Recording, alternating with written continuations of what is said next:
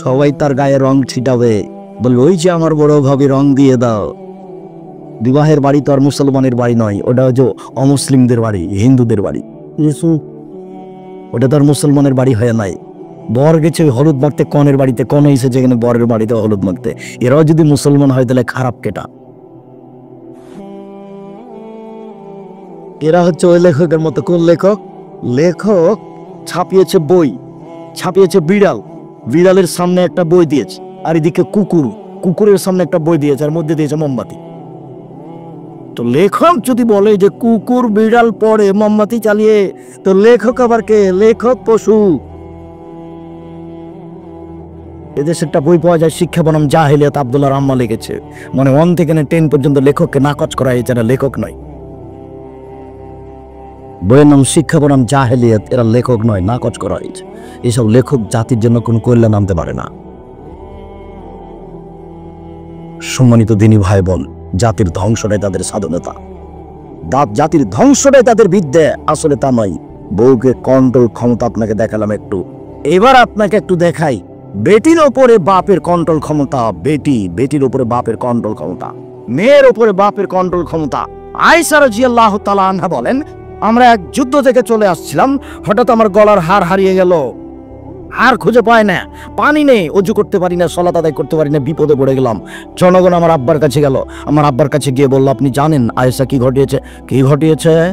ও গলার হার হারিয়েছে, খুঁজে পায় না, যেতেও পারি না, পানিও নেই, অজুও করতে পারি না। তাই এই কথা শুনে বাপ খেপে আসলেন মেয়ের কাছে। মেয়ের উরু রানের উপরে জামাই মাথা দিয়ে ঘুমিয়ে আছে।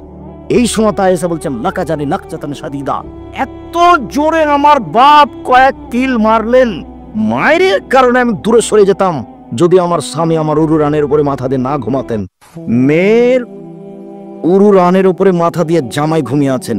বাংলাদেশের গতিতে যদি এই দৃশ্য বাপের চোখে পড়ে, শ্বশুরের চোখে পড়ে, তাহলে এভাবে পড়লে এভাবে ঘুরে চলে যাবে। কথা বুঝাতে পারিনি মনে হয়। আর এই অবস্থায় বাপে বেটিকে মারছেন, সবচেয়ে বড় দামি মানুষে মারলেন, সবচেয়ে বড় দামি মহিলাকে মারলেন, সবচেয়ে বড় মানুষের সামনে মারলেন, খোলা মাঠে মারলেন, 1400 মানুষের সামনে মারলেন, বিবাহদারী মেয়েকে মারলেন, জামাইয়ের সামনে মারলেন, দিন দুপুরে মারলেন, হাত দিয়ে মারলেন, সবচেয়ে বড় মানুষে মারলেন, সবচেয়ে বড় মহিলাকে মারলেন, সবচেয়ে বড় মানুষের সামনে মারলেন, দিন দুপুরে মারলেন, খোলা মাঠে মারলেন, প্রায় 1400 মানুষের সামনে মারলেন, পূর্ণ যুবতী মেয়েকে মারলেন, জামাইয়ের সামনে মারলেন, বিবাহদারী বেটিকে মারলেন, হাত দিয়ে মারলেন। এত বড় বাপে এত বড় বেটিকে এত বড় মানুষের সামনে এই খোলা মাঠে মেরে দিলেন। বল কোথায় হারখানা হারিয়ে গেছে খেয়াল করেননি, এই জন্য খেপে মেরে দিলেন। আর আপনার বেটি ঢং ঢং করে হেঁটে বেড়াচ্ছে এখানে সেখানে, ক্লাস 10 পড়ে, মাথায় কাপড় না দিয়ে, তাকে আপনি একটু ধমকও দিতে পারেন না। আপনি আবার বাপ, আপনার মতো কাপুরুষ বাপ বেঁচে থাকার চেয়ে মাটির নিচে থাকা ভালো। বেটি এমনি থাক, এতিম হয়ে থাক, থাকা খাওয়ার ব্যবস্থা আল্লাহ করে দিবে, আর না হলে জামিয়া সালাফে চলে যাবে, আল্লাহ ব্যবস্থা করবে। আপনার মতো বাপের প্রয়োজন নেই। ওই যে এখন বসে আছে মাথায় কাপড় না দিয়ে, এখন তার নাম আছে আসলে নাফিসা, কিন্তু ডাকেন আপনি রত্না বলে। এ আবার কোন বাপ? আল্লাহ নবী বলছেন যে কারো ছেলে মেয়ে জন্ম নিলে খালি এসে নিষ্মহ সুন্দর একটা নাম রাখবে, ওয়াদাবাহ তাকে শিষ্টাচার শিখাবে। নাম রেখেছে আহমাদ আর ডাকে লিটন বলে। এও যদি বাপ হয় তাহলে আসল বাপকে এটা হবে কেন? শোনেন উপস্থিত বৈঠকের মুসলিম বোন, আপনার সাথে আমার আর একটা কথা আছে। আপনাকে এখন দেখালাম বাপ কাকে বলে, আপনাকে দেখালাম স্বামী কাকে বলে। আপনার অধীন আছে মেয়ে, আপনার অধীন আছে স্ত্রী। এবার আপনাকে দেখাচ্ছি আপনার স্ত্রীর কিছু কাজ। উপস্থিত বৈঠকের মুসলিম বোন শুনেন, এদিকে খেয়াল করেন, গল্প করছেন নাকি? এদিকে খেয়াল করেন, কথা বন্ধ করেন। আপনাকে বলছি, আরে আপনাকে বলছি, এদিকে খেয়াল করেন না, শুনেন এদিকে। সম্মানিত দিনী ভাই বোন, এই ছেলে তুমিও খেয়াল করো, এটা তোমার আম্মাকে বলে দিক, সবাই এখানে থাকো, সকালে ঢুকবো।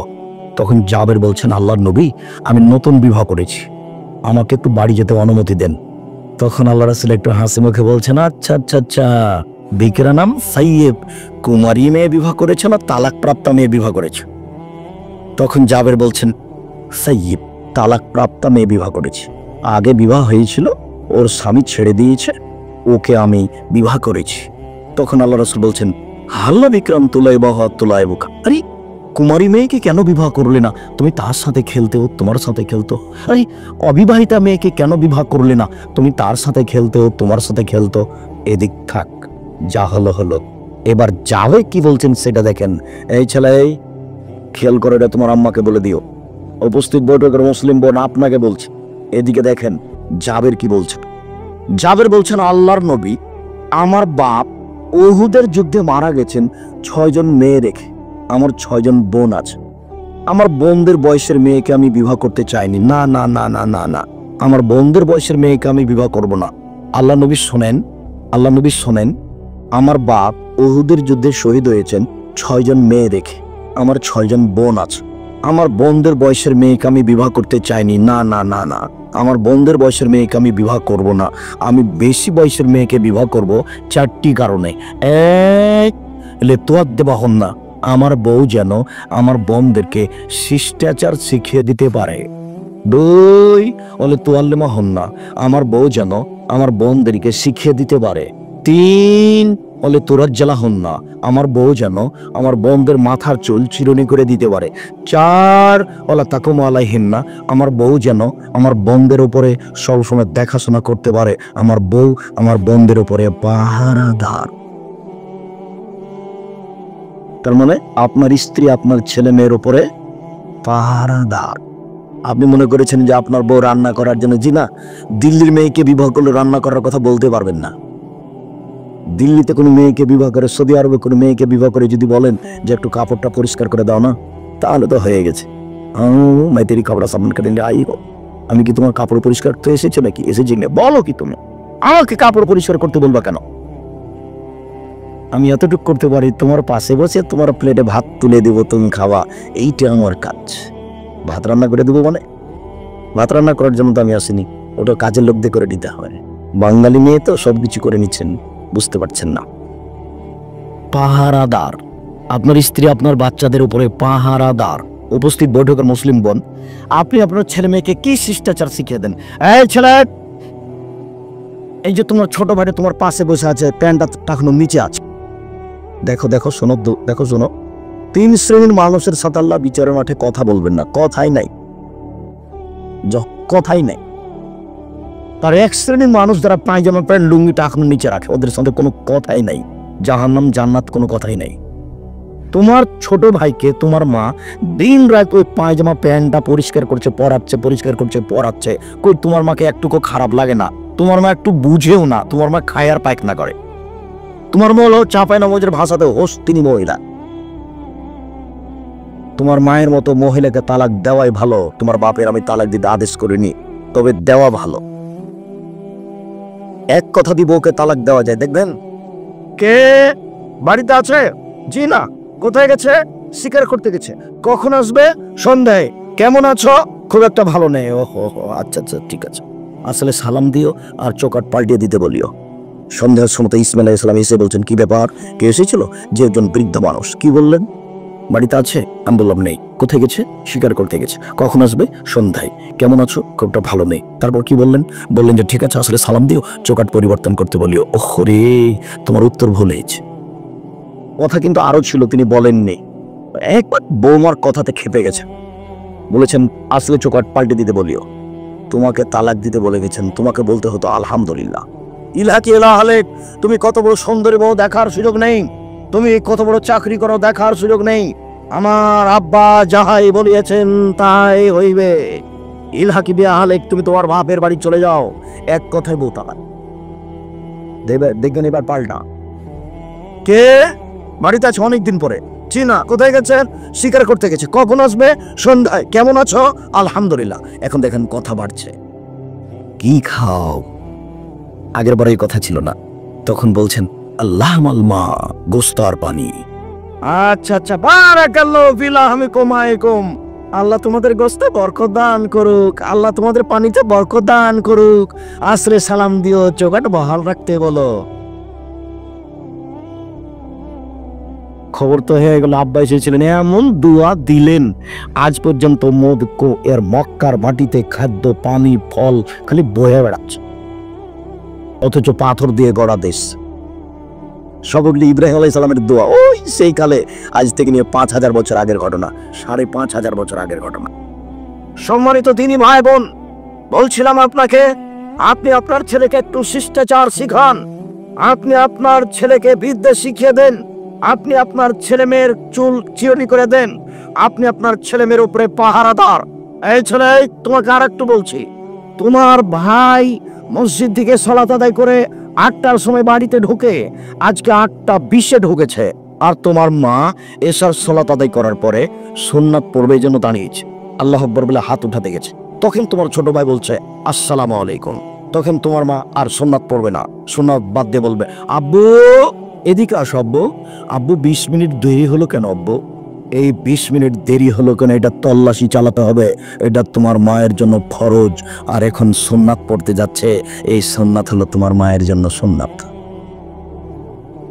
এটা লাগবে না, ওটাকে খুঁজে বের করতে হবে ছেলে 10 মিনিট দেরি করেছে কোথায়। আপনাকে আমি বুঝাতে পারিনি মা কাকে বলে। মা মনে করেছে যে বাপে বিবাহ দিয়েছে, তাই ও স্বামীর কাছে গেছে, বাচ্চা হয়ে গেছে, তাই ও মা।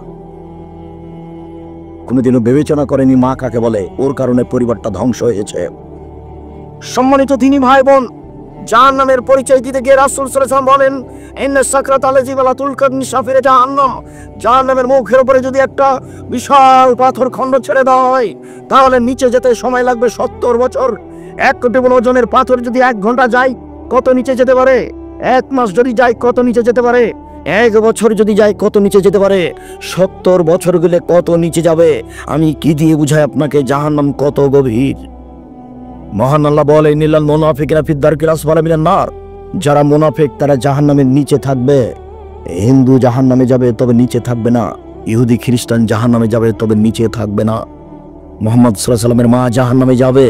মুহাম্মদ সাল্লাল্লাহু আলাইহি ওয়াসাল্লাম আল্লাহকে বললেন, আল্লাহ আমি একটু আমার মায়ের জন্য ক্ষমা চাচ্ছি আপনার কাছে। তখন আল্লাহ বলছেন, না না না না না না না, তোমার মায়ের জন্য ক্ষমা আমার কাছে চাইতে পারো না, তোমার মার ক্ষমা হবে না। আল্লাহ আমি আমার মায়ের কবর দেখতে যেতে চাচ্ছি। হ্যাঁ, কবর দেখতে যেতে পারো, যাও তোমার মায়ের কবর দেখে আসো। তার মানে তার মা লা ইলাহা ইল্লাল্লাহ পড়েনি। যে লা ইলাহা ইল্লাল্লাহ পড়বে না তার জন্য জান্নাত নেই।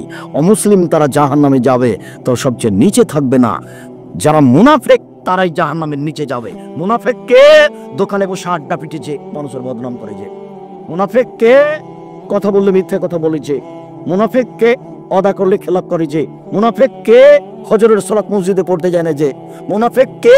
এশার সালাত মসজিদে যায় না পড়তে, দোকানে বসে বসে গল্প জমায় যে, এরা সব মুনাফিক। এই কথা মুহাম্মদ সাল্লাল্লাহু আলাইহি ওয়াসাল্লাম বলে। মুনাফিকের চিহ্ন হলে এগুলো। এই ছেলে, তুমি এদিকে খেয়াল করো, কারোর গায়ে হাত দিয়ে থাকবে না। এক খেলে চেয়ে থাক, আমি তোমার চেয়ে অনেক অনেক অনেক বেশি ক্লান্ত। তুমি আমাকে ক্লান্তি দেখায়ও না। আমি সুদূর বাগেরহাট থেকে এসেছি। বাগেরহাট থেকে এসে প্রতিষ্ঠানে পড়িয়েছি, মানুষের কথা শুনতে থেকেছি। আবার যখন গাড়িতে উঠি তখন মানুষ আমার সাথে আছে, কত মানুষ। কথা বলতে বলতে বলতে কথা শেষ হতে না হতে আমি উঠেছি। উঠে আমি বগুড়া গেছি, বগুড়াতে একটা ছোটখাটো প্রোগ্রাম করেছি। ওখান থেকে আমি এখানে এসেছি, এখানে আমি কথা বলছি, এখান থেকে রাজশাহী যে আবার ক্লাস নিব। তুমি আমাকে তোমার ক্লান্তি দেখাও না, ইনশাআল্লাহ। অতএব কিছুক্ষণ অপেক্ষা করো, আমি আমার আলোচনার শেষের দিকে চলে আসছি। সম্মানিত দিনী ভাই বোন, জাহান্নামীদের পরিচয় তিনি বলেন, ইন্না গিলজাতিল কাফের ইসনানু আরবাউনা জিরা। একজন জাহান্নামীর গায়ের চামড়া 42 হাত মোটা। অন্য জিরসাহ মিসলুহুদিন, একজন জাহান্নামীর দাঁত হচ্ছে 8 কিলোমিটার লম্বা আর 4 কিলোমিটার প্রশস্ত, উহুদ পাহাড়ের সমান। একজন জাহান্নামীর ফাঁকে জমিসল বাইজা, একজন জাহান্নামীর উরুরান হচ্ছে 39 কিলোমিটার লম্বা, বাইজা পাহাড়ের সমান। একজন জাহান্নামীর ডান কাঁধ থেকে বাম কাঁধের ব্যবধান দ্রুতগামী ঘোড়ার 3 দিন 3 রাতের পথ।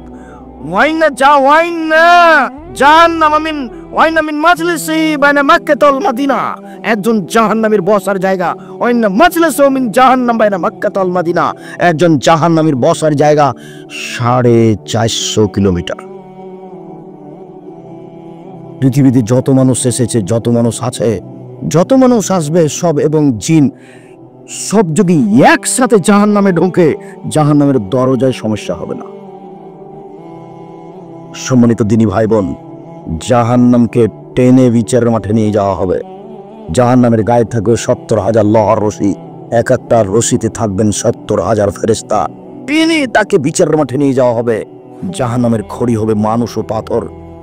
মানুষ নয় পাপ করেছে, জাহান্নামে যাবে। পাথর কি করলো? যেসব মূর্তি রাস্তাঘাটে দেখছেন, বগুড়া সাতমাথা দেখছেন, পাবনা মেন্টাল হাসপাতালের পিছনে ঠাকুর অনুকূল চন্দ্রের মূর্তি দেখছেন, এদের সবকে জাহান্নামে দেওয়া হবে। আর নেতাদেরকে বলা হবে, তোর নেতাকে তো জাহান্নামে দিয়েছি, তোকে দিয়েছি, ঠেকা দেখি। জাহান্নামের আগুনকে ক্ষিপ্ত উত্তেজিত করার জন্য এগুলো দেওয়া হবে। জাহান্নাম কথা বলতে পারে। বিচারের মাঠে যখন জাহান্নাম বলবে, আমার ভিতরে স্বৈরাচারী, স্বেচ্ছাচারী, অহংকারী, বদমেজাজি কেন, তখন আল্লাহ বলবে, এই জাহান্নাম, তুই আমার গজব, তুই আমার রাগ, যাকে ইচ্ছা তোকে দিয়ে আমি শাস্তি দেবো। এই জন্য তোর ভিতরে স্বৈরাচারী, স্বেচ্ছাচারী, অহংকারী, বদমেজাজি। জাহান্নামীদেরকে পিছন দিকে হাত বেঁধে নিয়ে যাওয়া হবে। আল্লাহ বলবেন, খুঁজো পাগুল্লো সুমাল জাহিমা সাল্লু, এদের ধরো, এদের শিকল বন্দি করো, এদের টেনে হেঁচড়ে জাহান্নামে নিয়ে যাও। রংপুর গাইবান্ধা পলাশবাড়ি মুজিবুর বিএসসি বলেছিলেন, আমার হাতে হাত করা দিয়ে জেলে নিয়ে যেতে হবে না, আমি নিজেই যাব, নিজেই। জাতি দেখুক আমার হাত করা দেওয়া আছে, এটা আমি চাই না, এটা আমার লজ্জার ব্যাপার। ফেরাউনের পিছন দিকে হাত বাঁধা থাকবে, দেখতে পাবে পৃথিবীবাসী। ইন্দিরা গান্ধীর হাত পিছন দিকে বাঁধা থাকবে, দেখতে পাবে পৃথিবীবাসী। মহারানী ভিক্টোরিয়া এলিজাবেথের হাত পিছন দিকে বাঁধা থাকবে, দেখতে পাবে পৃথিবীবাসী। জয়পুরহাট এতটা অঞ্চলের স্বৈরাচারী, স্বেচ্ছাচারী, বদমেজাজি, জোর করে ভূমি দখলকারী, মানুষের প্রতি জুলুম অত্যাচারকারীর পিছন দিকে হাত বাঁধা থাকবে। সেদিন দেখতে পাবে কার কত ক্ষমতা। বিচার শুরু হওয়ার পূর্বে তিনি বলবেন, আজ কোন মানুষের কোনো উপকার করতে পারবে না, একচ্ছত্র মালিকের আমার হাতে থাকবে। আইনাল জাব্বার, আইনাল মুতাকাব্বির, স্বৈরাচারী, স্বেচ্ছাচারী, অহংকারী, বদমেজাজের কোথায়, আনা মালিকুল আমলাক, আমি হচ্ছি রাজাধিরাজ। এই কথা বলে বিচার শুরু করবেন। জাহান্নামীদের হাত পিছন দিকে মাথা থাকবে, পালিয়ে যাবে কি না অপমান করার জন্য। জাহান্নামের উল্লেখযোগ্য শাস্তি হচ্ছে আগুন। আগুনের পাহাড়ে তাকে উঠতে বলা হবে, নামতে বলা হবে, উঠতে বলা হবে, নামতে বলা হবে। জাহান্নামের আগুন দিয়ে তাকে জ্বালানো হবে। প্রতি 24 ঘন্টায় 70 বার আগুন দিয়ে জ্বালানো হবে, আবার তাকে ঠিক করা হবে। জাহান্নামের আগুন কারো কারো হবে টাকনো পর্যন্ত, কারো কারো হবে হাঁটু পর্যন্ত, কারো কারো হবে কোমর পর্যন্ত, কারো কারো হবে নাক পর্যন্ত। জাহান্নামের উল্লেখযোগ্য শাস্তি হচ্ছে জাক্কুম গাছ, কাঁটা যুক্ত গাছ। আমরা চাঁপাইনবাবগঞ্জের মানুষ, নদীর ধারে গেলে একটা গাছ দেখা যেত, মাটির উপরে ছড়িয়ে থাকতো, ওতে এত বড় বড় ফল হয়। এক হলো ওর ফলের ভিতর বীজটা হচ্ছে বেগুনের বীজের মতো, ফলটা পেকে গেলে লাল টকটকে দেখায়, গাছটা পেকে গেলে শুধু কাঁটা আর কাঁটা, এরকম কাঁটা দেখায়। এরকমই হচ্ছে জাক্কুম গাছ। 1000 বছর খেতে চাইলে তার মুখে দেওয়া হবে, মুখে দেওয়ার সাথে সাথে গলায় বেঁধে যাবে, ভিতরেও যাবে না, বাহিরও আসবে না, তার নাম মরবেও না, তার নাম বাঁচবেও না। এরপরে পানি চাইবে, 1000 বছর পরে তাকে রক্তপুঞ্জ মিশ্রিত জ্বলন্ত উত্তপ্ত পানি দেওয়া হবে। ফাসুকুমান হামিমা, তুমি পান করো, পান করানো হবে গরম পানি। মুখে দেওয়ার সাথে সাথে নিচের ঠোঁট নিচে জড়িয়ে আসবে, উপরে ঠোঁট উপরে জড়িয়ে যাবে। পানিটা মুখে আসার সাথে সাথে মুখে হাতে যত গোস্ত আছে সব ছড়ে পড়ে যাবে, শুধুমাত্র হাড় দাঁড়িয়ে থাকবে। আল্লাহ বলছেন, কালে হুন, এই গোস্তবিহীন দাঁতগুলি বিশাল বিশাল আকৃতিতে, 8 ফুট লম্বা, 8 কিলোমিটার লম্বা হয়ে থাকবে। কি বিভৎস আকৃতি হবে। আল্লাহুম্মা নাউযুবিকা মিন আযাবি জাহান্নাম, ওয়াউযুবিকা মিন আযাবিল কবর, ওয়াউযুবিকা মিন ফিতনাতিল মাসীহিদ দাজ্জাল, ওয়াউযুবিকা মিন ফিতনাতিল মাহইয়া ওয়াল মামাত, আল্লাহুম্মা নাউযুবিকা মিনাল মাসা ওয়াল মাগরাম। সম্মানিত দিনী ভাই বোন, বলছিলাম জাহান্নামের উল্লেখযোগ্য শাস্তি হচ্ছে সাপ, একবার দংশন করলে 40 বছর ব্যথা থাকবে। জাহান্নামের উল্লেখযোগ্য শাস্তি হচ্ছে বিচ্ছু, একবার দংশন করলে 40 বছর ব্যথা থাকবে। জাহান্নামের উল্লেখযোগ্য শাস্তি হচ্ছে হাম্বল, মাকামে হাতুড়, এই দিয়ে মানুষকে শাস্তি দেওয়া হবে। জাহান্নাম বড় ভয়াবহ জায়গা। জাহান্নামের অধিকাংশ মানুষ হবে মহিলা, জাহান্নামের অধিক সংখ্যক মানুষই হবে মহিলা। আমার দিনী বন্ধুকে আজকের আলোচনার শেষে এসে বিশেষ সতর্কবাণী, আপনি 4টা কাজ করেন, জান্নাতের সব দরজা খোলা। এদিকে শোনেন, আপনি মুসলিম বোন, আপনাকে বলছি, আপনি 4টা কাজ করেন, জান্নাতের সব দরজা খোলা। 1, 5 ওয়াক্ত নামাজ পড়বেন। 2, রমজান মাসে রোজা থাকবেন। 3, স্বামীকে মেনে চলবেন, তিতা লাগলেও মিঠা লাগলেও। আপনার স্বামী গালি দেয়, এ কথাই ঠিক, আপনার স্বামী মারে, এ কথাই ঠিক, এরপরেও ধৈর্য ধারণ করে থাকেন, জান্নাত হবে ইনশাল্লাহ। মনে কিছু নিয়েন না। আর যদি থাকতে না পারেন তাহলে আপনি সংসার ত্যাগ করেন। 1 গ্লাস পানি চাইলো আর আপনি পানিটা দিলেন, সামনে পানিটা থ্যাকস করে রেখে দিয়ে এভাবে হেঁটে চলে গেলেন, এভাবে হবে না। আর আপনাকে বলছি, বইয়ের নাম ধরে ডেকে কাজে বলবেন। শুনেন, বইয়ের সাথে খারাপ আচরণ করেন কেন? নাম ধরে ডাকবেন, খালেদা জামাটা নিয়ে আসো, খুশি হয়ে যাবে। আর নিচে নিচে যদি জামা খুঁজেন তাহলে বউ মনে করবে আমার উপরে রাগ করেছে, সেজন্য আমাকে বলে না। নাম ধরে বলবেন। খালেদা জুতা জোড়া কোথায়, মোজা জোড়া কোথায়, নাম ধরে বলবেন। আল্লাহ রাসূল বলেন, আয়েশা জি ছুরিটা দাও তো, ছাগল জবে করবো তো হারালো করে নিয়ে আসো। আমি করলাম, এই যে নেন। আয়েশা জি মসজিদ থেকে যায় নামাজটা নিয়ে আসো। আর আমি ঋতুবতী, আমার হাইজ হয়েছে। যে আরে তোমার হাইজ হয়েছে তাতে কি হলো, হাইজ কি তোমার হাতে লেগে আছে নাকি? যাও মসজিদে যাও, যা নিয়ে আসো। দেখেন বউকে আদেশ করছেন, বউকে মারবেন না, বউকে গালি দিবেন না, বউয়ের নিন্দা করবেন না, ওকে খালি আদর করবেন, ওকে কোথাও যেতে দিবেন না। হাটে বাজারে অফিসে আদালতে ব্যাংকে কোথাও যেতে দিবেন না। এর চেয়ে দামি সম্পদ পৃথিবীতে নেই। ওখানে শান্তি আছে, তৃপ্তি আছে, কথা আল্লাহ বলেন। স্বর্ণ দিয়ে ঘর বানালে শান্তি তৃপ্তি হবে না বউ ছাড়া, মখমল দিয়ে বিছানা সাজালেও শান্তি তৃপ্তি হবে না বউ ছাড়া। ওতে কখনো তাকে মারবেন না, গালি দিবেন না, বাড়ি ছাড়া কোথাও যেতে দিবেন না। কন্ট্রোল ক্ষমতা রাখবেন, নাম ধরে ডাকবেন, ওকে আদর করবেন। ওরাই এত আদরের, ওরাই এত আদরের, ওরাই এত আদরের, ওরা হচ্ছে বগুড়া সোনাতলা হাটের আদরের মালসা। ওদের আদর করতে হয়, ওদের গালি দিতে হয় না, ওদের ঢেকে রাখতে হয়, ওদের ঘেরে রাখতে হয়, ওদের বাইরে কোথাও যেতে দিতে হয় না। ধুলেও কখনো বলবেন না যে তোমার ঠোঁটটা মোটা, একবার বললে 10 বছর ভালোবাসবে না। ভুলেও কখন বলবেন না যে তোমার রংটা কালো, খালি বলবেন তোমার মতো আমি কোনো মেয়ে দেখি না, তুমি খুব সুন্দরী, খালি প্রশংসা করেন না, সারা রাত পা টিপে দিবে। আর মারার পরে গালি দেওয়ার পরে 1 গ্লাস পানি চেয়ে দেখেন, 1 গ্লাস পানি নিয়ে আপনার সামনে এভাবে রেখে ওদিকে চলে যাবে। ওকে মূল্যায়ন করার চেষ্টা করেন। মূল্যায়ন মানে একটু প্রশংসা করবেন, মূল্যায়ন মানে একটু গালি দিলেন না, মারবেন না, ওর বাপ মাকে কিছু বলবেন না, খালি প্রশংসা করবেন, এটুকু মূল্যায়ন। তাহলে সারা রাত পা টিপে দেবে। আপনি বুঝতে পারলেন না তাকে আল্লাহ ওই জন্য তাকে সৃষ্টি করেছেন, আর আপনি মনে করলেন যে ওকে চাকরি করার জন্য সৃষ্টি করা হয়েছে। ভুল হয়ে গেছে না, এই জন্য মূল্যায়ন করতে পারছেন না। কেন এই নির্যাতন কি তার প্রতিকার, বইটা পড়ে দেখতে হবে। বইয়ের নাম কেন এই নির্যাতন কি তার প্রতিকার। জাহান্নাম থেকে বাঁচার জন্য আজকে এর পরামর্শ। জাহান্নাম থেকে বাঁচার জন্য আজকে এর পরামর্শ। নামাজে সলাতে সালাম ফেরার পূর্বে আল্লাহুম্মা আউযু বিকা মিন আযাবি জাহান্নাম ওয়া আউযু বিকা মিন আযাবিল কবর ওয়া আউযু বিকা মিন ফিতনাতিল মাসিহিদ দাজ্জাল ওয়া আউযু বিকা মিন ফিতনাতিল মাহইয়া ওয়াল মামাত। এইটি আর রব্বানা আতিনা ফিদ দুনিয়া হাসানাতাও ওয়া ফিল আখিরাতি হাসানাতাও ওয়া কিনা আযাবান নার। এই দোয়া পড়ে সালাম ফেরার চেষ্টা করবেন। সকাল সন্ধ্যা আল্লাহুম্মা আজরিনি মিনান নার বলবেন। স্ত্রী আহাল পরিবারে শক্ত হবেন। 3 শ্রেণীর মানুষ জাহান্নামে যাবে, তার মধ্যে আপনি মানে দায়ুস। এইটা হয় না যেন বিড়ি তামাক জর্দা সিগারেট গুল নেশাদার দ্রব্য খায় পান করে যে সে জাহান্নামে যাবে। 2 আর রাজুলুন মিনান নিসায়ে, পুরুষের বেশধারী নারী, যারা পুরুষের জুতা স্যান্ডেল পরে, যারা পুরুষের শার্ট প্যান্ট পরে, যারা পুরুষের পোশাক পরে, তারা জাহান্নামে যাবে। 3 দায়ুস আপনি। আপনার মেয়ে আপনার স্ত্রীর কারণে তাহাজ্জুদ টিকবে না, ফলাফল জাহান্নাম হবে। এই জন্য আপনি সোচ্চার, কঠোর, কঠিন হন, পরিবার সুন্দর হবে ইনশাআল্লাহ। আল্লাহ তোমার দরবারে গভীর রাতে প্রার্থনা করছি, তুমি আমাদেরকে জাহান্নাম থেকে বাঁচাও। তুমি আমাদের পরিবারকে তোমার রাসূলের পদ্ধতি অনুপাতে চলার তৌফিক দান করো। এই দাবি রেখে বলছি যে জামিয়া সালাফিয়া ডাঙ্গিপাড়া পবারাজশাহী, জামিয়া সালাফিয়া রূপগঞ্জ নারায়ণ ঢাকা, এই প্রতিষ্ঠানের জন্য দোয়া করবেন। আর এই প্রতিষ্ঠানের মুখপত্র পত্রিকা মাসিকা লিতেশম পত্রিকা, এটা পৃথিবীর প্রত্যেকটা বাঙালির জন্য আমি অনুরোধ জানিয়েছি যে সে পড়ুক, তাদের জন্য বের করছি। 10 জন মুফতি দিয়ে 50টা ফতোয়া লেখা হয়, প্রত্যেক মাসে দেখা হয়। এছাড়াও কেবল লাভবান, কেবল ক্ষতিগ্রস্ত, আদর্শ নারী, আদর্শ পরিবার, এসব বই পুস্তকগুলি রয়েছে, সেগুলি সংগ্রহ করুন। আর তাফসীর কি মিথ্যা হতে পারে, এবং উপদেশে তো সব কথাই লেখা আছে। আজকে যে বক্তব্য আমি দিচ্ছি সেই বক্তব্য উপদেশ বই লেখা আছে। সমস্ত বইগুলি স্টেজ থেকে সংগ্রহ করার অনুরোধ রেখে আজকের আলোচনা এখানে শেষ হচ্ছে না। সম্মানিত দিনী ভাই বোনেরা আমার, বিশেষভাবে আদর্শ নারী, কয়েকটা জিজ্ঞাসা। আপনারা স্টেজ থেকে বইগুলি সংগ্রহ করুন। আর টাকা না থাকলে ওই মাসিকা লিতেশম পত্রিকা 20 টাকা মূল্য। এছাড়া যে বই নেবেন সে বইয়ের গায়ে যেটা লেখা আছে। বিশেষভাবে আমার দিনী বোনদেরকে বলছি, আপনারা দেখেন আদর্শ নারী কেন নির্যাতন কি তার প্রতিকার, সম অধিকার নয় মর্যাদা চাই, এই বইগুলি। আমি একজন মেয়ে, আমার বিয়ের বয়স হয়েছে, কিন্তু পরিবার থেকে বিয়ে দিতে রাজি নয়। এখন পালিয়ে বিয়ে করা যাবে কি? জি না। আপনি একটু দোয়া করেন, আপনার বাপ মাকে বলতে থাকেন, আচ্ছা আমরা আপনার জন্য আন্তরিকভাবে দোয়া করি, আল্লাহ আপনাকে কবুল করুক। বের হয়ে বিবাহ বসবেন না, বিবাহ জায়েজ হবে না। চাচাতো ভাইয়ের মেয়েকে বিয়ে করা যাবে কি? জি।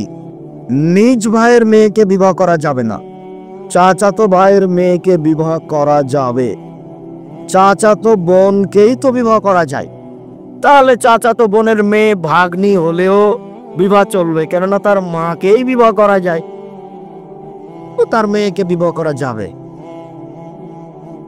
কোন রোগের জন্য তাবিজ ব্যবহার করা যাবে কি? কোন রোগের জন্য তাবিজ ব্যবহার করা যাবে না, হারাম, কাবিরা গুনাহ। এ ভাই, সবাই বইগুলি নিয়ে যাবেন, তাড়াহুড়ার কিছু নয়। আমার দিনী বোনেরা, আপনারা একটু অপেক্ষা করুন। আপনারা বইগুলি সংগ্রহ করবেন কোনো ছেলের মাধ্যমে, বা পরে খালি হলে পাশে এসে নিয়ে যাবেন। টাকা না থাকলে মাসিকা লিতে সম্পত্রিকা নিয়ে যাবে।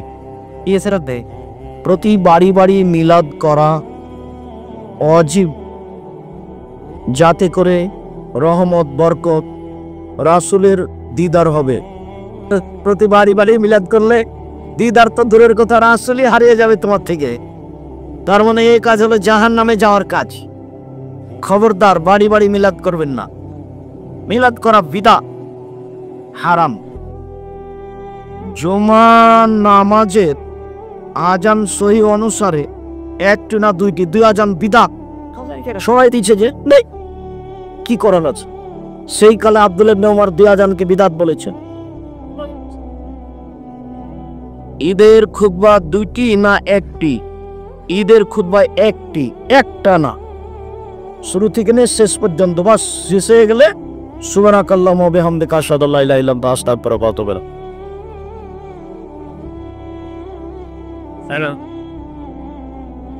ফরজ সালাতের পরে সম্মিলিত মোনাজাত করা যাবে কি? ফরজ সালাতের পরে, জানাজার পরে, সভা সমিতির পরে ঈদের মাঠে সম্মিলিত মোনাজাত বিদআত, বড় গুনাহ হবে। হাত তুলে দোয়া করার হাদিস আছে 42টি। খালি বুখারী মুসলিম আছে হাত তুলে দোয়া করার হাদিস 36টি। হাত তুলে দোয়া করা ব্যক্তিগত ব্যাপার, যার যখন ইচ্ছে।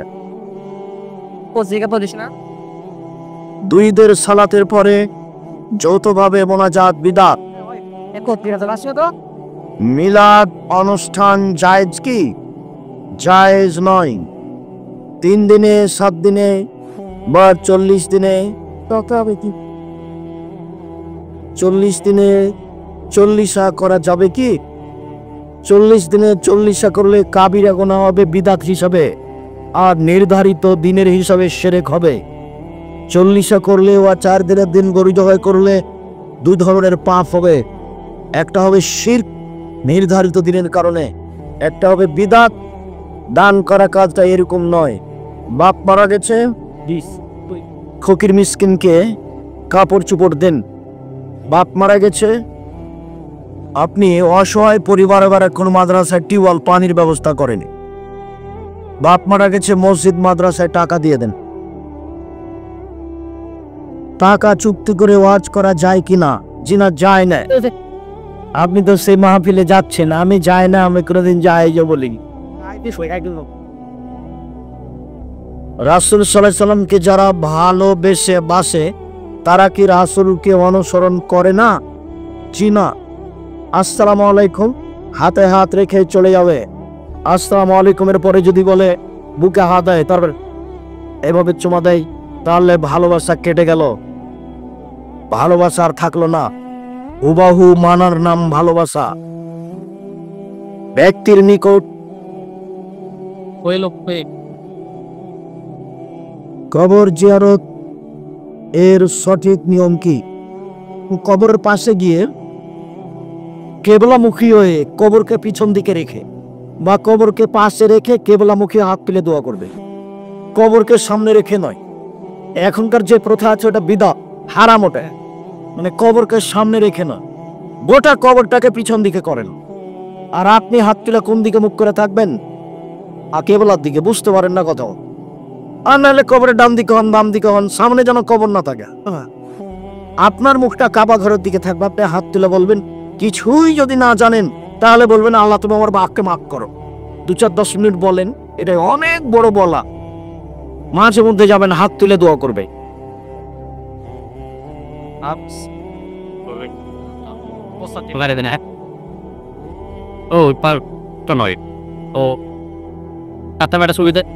আমরা কয়েকজন মিলে একটি ক্রিকেট টুর্নামেন্ট ছেড়েছিলাম।